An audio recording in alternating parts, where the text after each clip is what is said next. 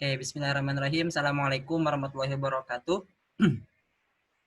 Ya, alhamdulillahirrahmanirrahim. Asyhadu an la ilaha illallah, asyhadu anna Rasulullah, Allahumma sholli ala Muhammad wa ala alihi wa ashabi ajmain.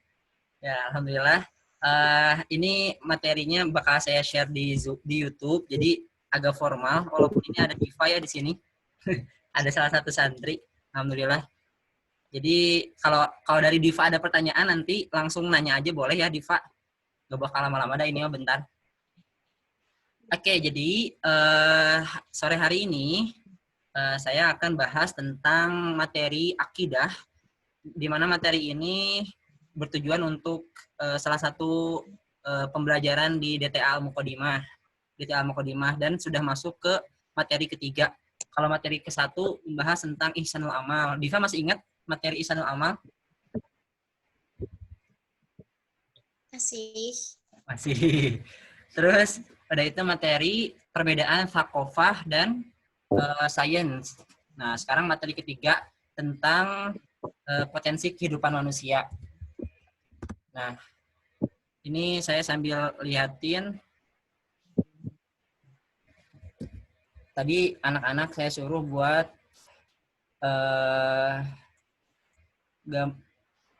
gambar bagan. Diva udah gambar bagannya?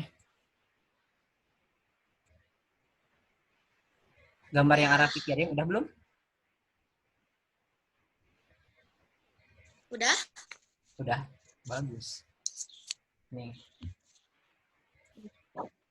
Nah, tadi Arafi nyuruh gambar ini kan ya? Tentang khosyatul insan.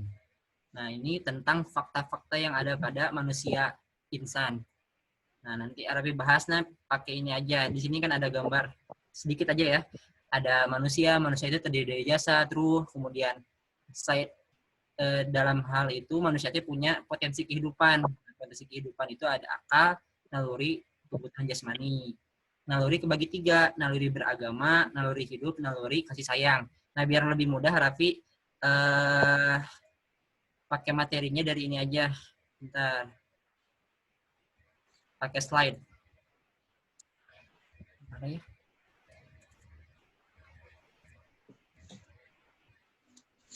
Nah, ini. Nah, ada Diva gambar bayi?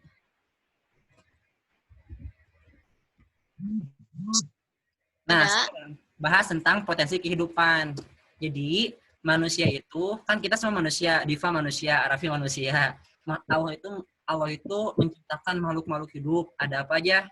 Manusia, kemudian apalagi jin, kemudian malaikat gitu ya, dan makhluk-makhluk lain. Pokoknya setiap yang ada di dunia itu adalah makhluk. Makhluk itu artinya ciptaan. Kalau yang menciptakan disebutnya kholik, dan yang menciptakan siapa? Hanya Allah gitu ya. Allah SWT yang menciptakan, dan kita manusia adalah makhluk, dan setiap makhluk itu punya potensi itu naon di Pak? Jadi setiap makhluk, setiap ciptaan Allah itu punya potensi. Contoh angin itu makhluk ciptaan Allah. Angin juga punya potensi angin itu misal bisa berhembus, bisa meniup pepohonan, potensi. Terus contohnya apalagi? Api kan makhluk juga ciptaan Allah. Api punya potensi apa aja? Potensi misal potensi membakar itu api, potensi menghanguskan itu api. Nah, manusia juga sebagai makhluk punya potensi.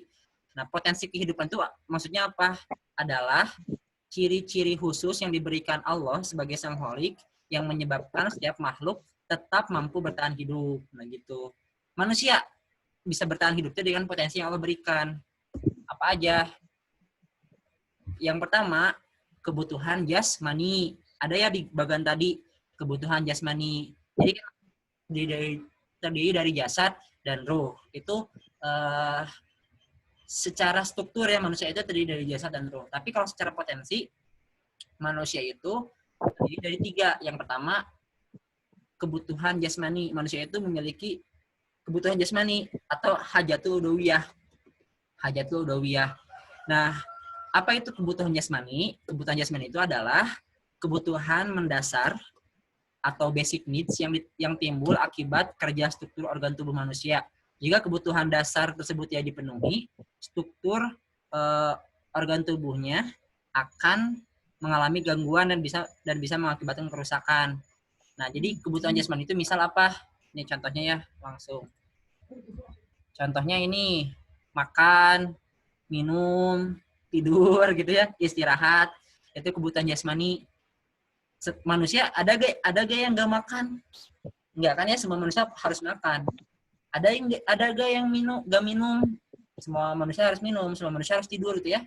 Kebutuhan jasmani itu manusia, hajatul udawiyah. Kalau seandainya kebutuhan ini tidak terpenuhi, makanya nanti bakal mengalami kerusakan, mengalami sakit. Manusia kalau gak makan misal berapa hari, sebulan, sakit kan pastinya, tipes gitu mungkin, atau jadi musim lapar. Intinya bakal jadi ada kerusakan itu ya di tubuh kita, di jasmani kita. Jadi manusia itu ada yang sebut hajatul udawiyah. Apa namanya? Hajatul udawiyah. Artinya kebutuhan jasmani. Catat nih ya, yang pertama kebutuhan jasmani atau hajatul udawiyah. Contohnya makan, minum, tidur, apalagi kebutuhan jasmani. Olahraga itu kebutuhan jasmani juga. Terus apalagi buang air besar, buang air kecil, itu kebutuhan. Kalau seandainya buang air besar setahun, kumaha? Kita juga setahun. Nah, jadi nantinya malah apa? Ya ada kerusakan, ada sakit gitu ya. Makanya ada yang sebut salah satu potensi manusia itu adalah kebutuhan jasmani atau hajatul udawiyah. Ngerti Diva? Ngerti gak?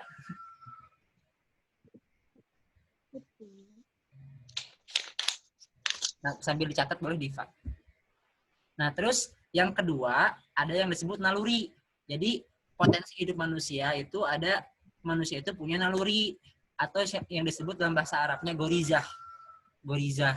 Jadi manusia itu yang pertama tadi punya kebutuhan jasmani, harus makan, minum, terus tidur, olahraga, terus apalagi tadi BAB, buang air kecil gitu ya. Itu kebutuhan jasmani. Yang kedua ada yang disebut naluri.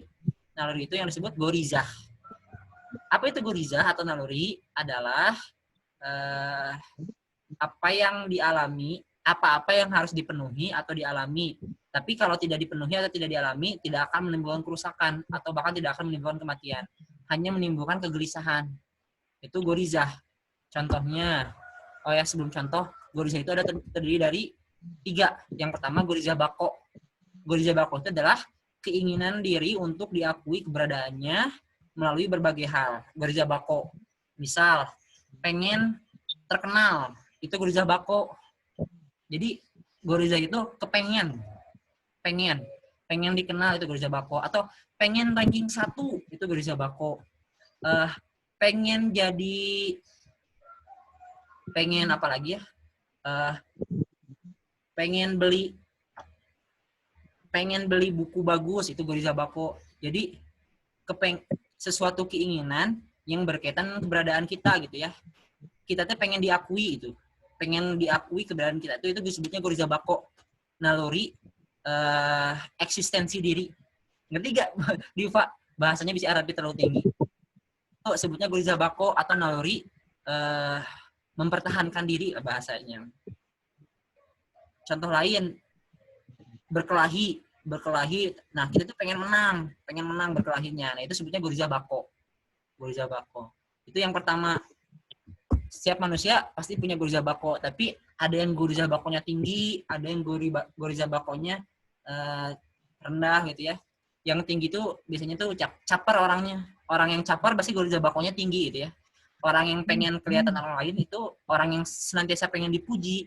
Orang yang senantiasa pengen kelihatan orang lain itu gorizah bakonya tinggi. Nah, yang kedua gorizatun nau. Gorizatun nau atau naluri melestarikan keturunan. Naluri suka sama orang lain ya, sama lawan jenis, itu gorizatun nau. Diva suka sama laki-laki, ya misal. suka sama teman sekelasnya Diva. Nah, itu teh Goriza naluri. Setiap orang pasti punya naluri. Arafi suka sama si teteh itu gitu. Misal contoh Arafi suka sama seseorang perempuan, teteh anu gitu ya namanya. Nah, itu teh naluri. Pasti semua orang pernah yang namanya suka sama lawan jenis. Diva pernah suka ya sama lawan jenis, misal sama siapa, Arafi pernah suka sama siapa. Itu gak apa-apa, namanya naluri.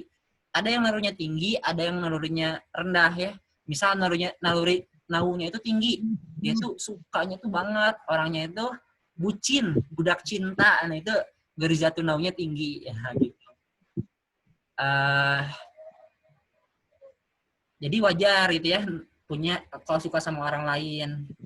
Yang ketiga ada tadi Gorizatun Nau itu selain suka sama orang lain juga ada cinta dengan orang tua, cinta dengan keluarga, cinta dengan sesama tetangga, itu juga naluri Gorizatun Nau.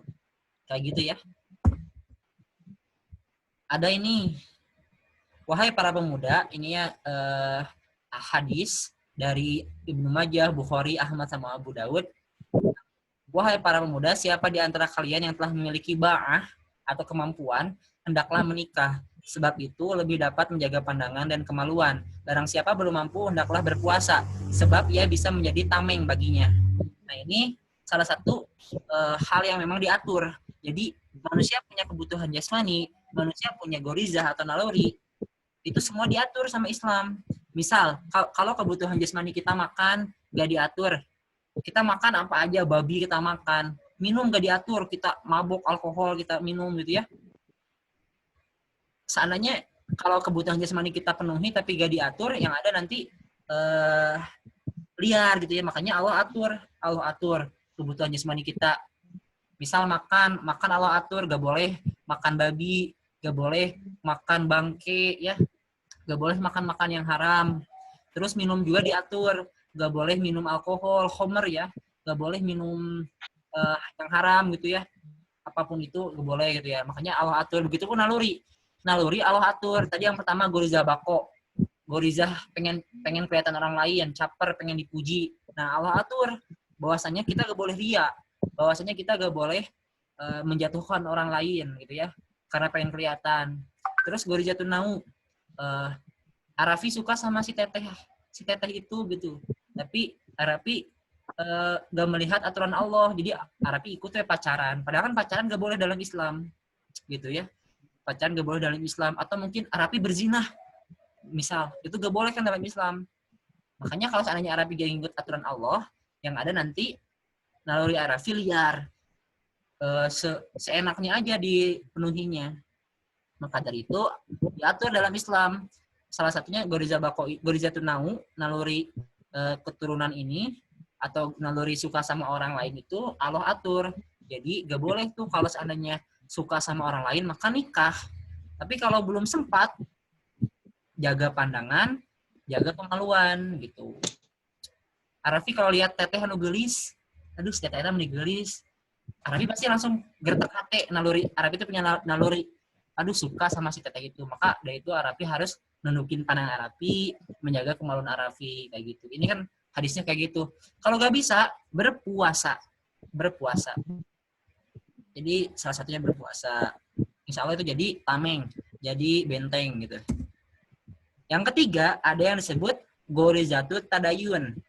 Gorizatut Tadayun itu naluri atau keinginan, kecenderungan kita memiliki Tuhan. Bahwasanya kita itu makhluk yang lemah, menyandarkan urusan kita hanya kepada Tuhan. Entah Tuhannya itu Allah mungkin, intinya mungkin non-muslim Tuhannya siapa, nggak tahu ya. Tapi pasti setiap orang itu, baik non-muslim atau muslim, punya yang disebut naluri tadayun. Misal Diva, Arafi, Repan, Salman, ya, Najla naik pesawat, terus tiba-tiba pesawatnya itu oleng, pasti panik tuh Diva, pasti paniknya. Naik pesawatnya oleng, pasti panik gitu ya. Nah, di dalam pesawat itu ada orang Buddha, ada orang Kristen, ada orang Islam gitu ya, ada orang Hindu, ada satu orang yang nggak punya agama, misal orang Buddha kalau sedang oleng di pesawat pasti nyebutin Tuhannya kan, karena pada saat itu merasa dirinya lemah, gak bisa ngapa-ngapain, terus dia ngomongin nyebutin Tuhannya, Amitabha, tenawan gitunya. Terus kalau orang Kristen pasti Yesus sambil gini-ginian atau apa gitu. Kalau orang Hindu sama mungkin dewa-dewanya disebutin. Orang Islam gimana? Pasti istighfar, nyebutin kalimat-kalimat thayyibah, astagfirullah, astagfirullah, astagfirullah, atau Allahu Akbar gitu kan. Pasti ingatnya tuh Tuhannya, ingatnya tuh penciptanya.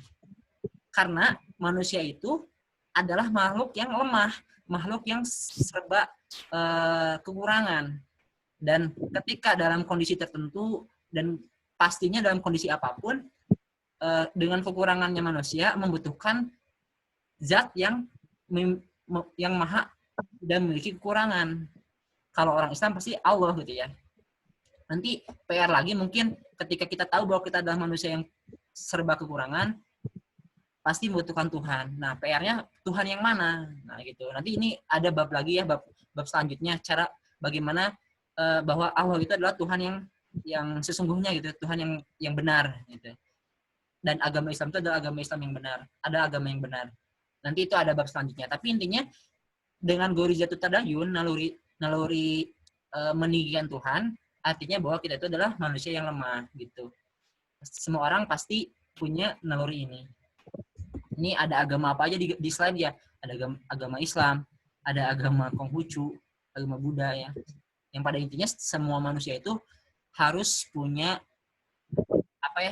pasti punya naluri yang merasakan diri itu lemah dan membutuhkan zat yang lebih tinggi gitu ya, meninggikan sebuah zat.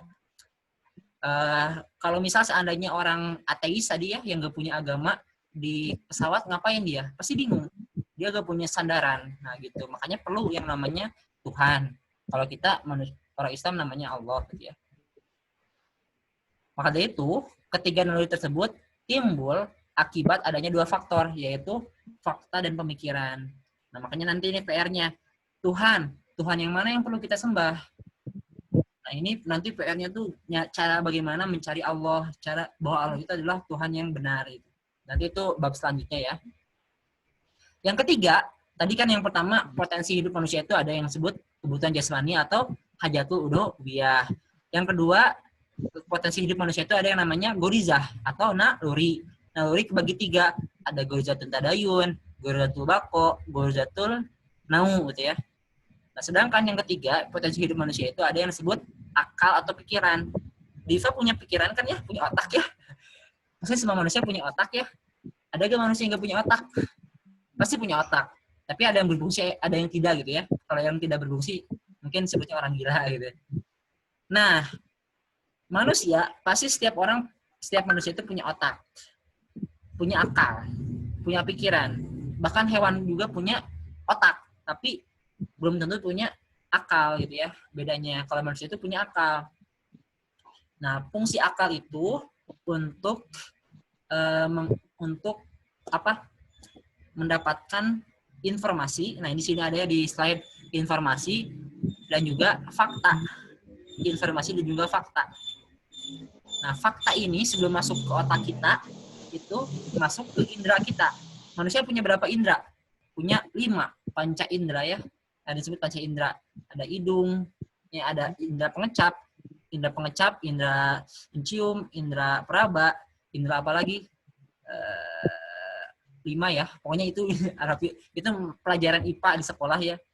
Jadi manusia itu punya indera dan dari indera itu mendapatkan fakta. Misal indera penglihatan, mata lihat suatu benda, lihat HP contoh. Nah, berarti faktanya itu HP. HP-nya masuk ke mata, dari informasi, oh ini mata itu lihat HP, masuk ke otak. Oh, sama otak diolah. HP itu gini. Nah, selain fakta, ada yang disebut informasi. Informasi ini kalau dalam istilah agamanya disebut maklumatus sabiqoh. Jadi, kita punya informasi dari orang lain. Misal Diva pernah ngobrol sama Salman. HP itu bisa dipakai main game. HP itu bisa dipakai SMS-an, bisa dipakai WA-an, bisa dipakai main Zoom. punya informasi itu. Terus suatu hari, suatu saat Diva lihat HP, pakai mata Diva ya, lihat HP kan lihat pasti pakai mata. Pas lihat HP, oh ini HP ini pasti bisa dipakai main game nih. HP ini pasti bisa dipakai main Zoom nih. Nah, gitu. Jadi ada informasi, ada fakta yang kemudian melahirkan sebuah pemahaman. Pemahamannya apa? Pemahaman bahwa HP itu bisa dipakai main HP, bisa dipakai main Zoom, bisa pakai main game kayak gitu. Dan ketiga potensi itu, baik akal, kemudian kebutuhan jasmani dan juga naluri, Allah atur dan bisa menjadi sebuah peluang untuk membuat untuk kita beribadah kepada Allah, menghamba kepada Allah. Ketika akal kita digunakan untuk mendapatkan ilmu agama Islam, ilmu-ilmu sekolah, maka itu menjadi kebaikan. Kemudian naluri kita digunakan untuk kebaikan, misal naluri bakau kita digunakan untuk dakwah, gitu bisa, atau apalagi tadi kebutuhan jasmani, makan kita makanan yang sesuai dengan agama Islam, aturan Islam, maka itu merupakan salah satu ibadah. Misal kalau kita makan doang, gak doa dulu, gak makan pakai tangan kanan, jadinya gimana?